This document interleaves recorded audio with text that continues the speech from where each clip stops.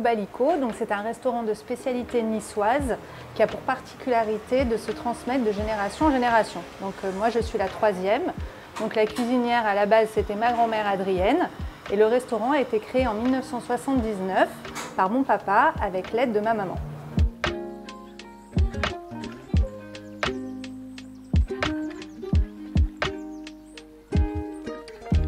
C'est le restaurant de ma grand-mère. Elle a commencé d'abord par la place Garibaldi en 1950. Donc l'escalinade, c'est de là où tout a commencé pour toi au niveau restauration. Il venait manger chez sa mère tous les midis et l'aider. Et puis un jour, il s'est dit, mais tiens, c'est un métier trop sympa. Non seulement on fait plaisir aux copains, les copains viennent nous voir et on peut gagner sa vie en faisant ça. Donc il a traversé la rue et il a ouvert le Balico en 1979 avec ma maman. Alors là, vous avez notre boucher. Ici, il y a la triperie qui est juste en face, là où on se sert aussi.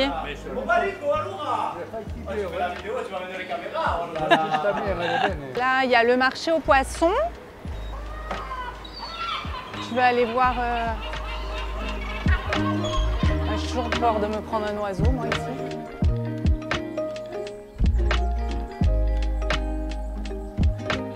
Parce qu'à l'origine, c'est même le marché de gros ici. Les grossistes s'en allaient et les revendeurs étaient là.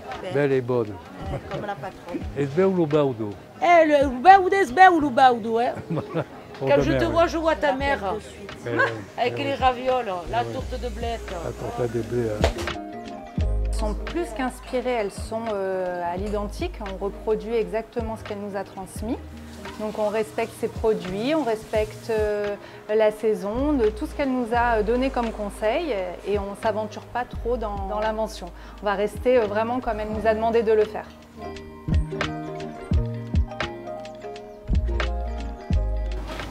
Il est où Jean-Luc? La cuisine. Sors, Jean-Luc. Ah ben ça qui le baudo, voilà. Comment ça va? Je te cherchais partout. Alors regarde et souris surtout. Oui, c'est une grande famille. Évidemment, ça s'est un peu diminué, mais sinon tout le monde se connaissait. On se rassemblait carrément dans la rue pour parler. Voilà. En bon voisin, on descendait avec le filet pendu à bout de la corde et on mettait à manger pour la femme du dernier. En fait, cet esprit restait quand même. Alors c'est notre type de cuisine, de travailler avec du local. Donc quand c'est la période d'un certain légume, et ben, forcément il pousse dans le jardin de notre paysan. On a passé le stade de restaurant de spécialité niçoise, on est devenu une institution grâce à l'ancienneté de notre famille. Donc là on remercie notre grand-mère enfin ma grand-mère pardon, mais ma grand-mère qui nous a transmis ces recettes. C'est grâce à elle qu'on a pu faire perdurer ces traditions et les reporter à notre staff qui les reproduit à l'identique. Jacques Médecin qui a écrit un bouquin sur la cuisine niçoise venait questionner ma mère et je vois toujours, c'est un spectacle, c'est du théâtre, c'était. Dis-moi un peu, l'adobe, tu l'as fait comment toi alors? Mais elle lui disait pas tout. Alors ben, la viande, oui, combien t'en prends? J'en prends. Hein. Et tu sales, tu poivres. Ah oui, mais il faut en mettre beaucoup. Ah, il faut en mettre. Hein. Ah non, là, pas trop, hein, mais jamais combien.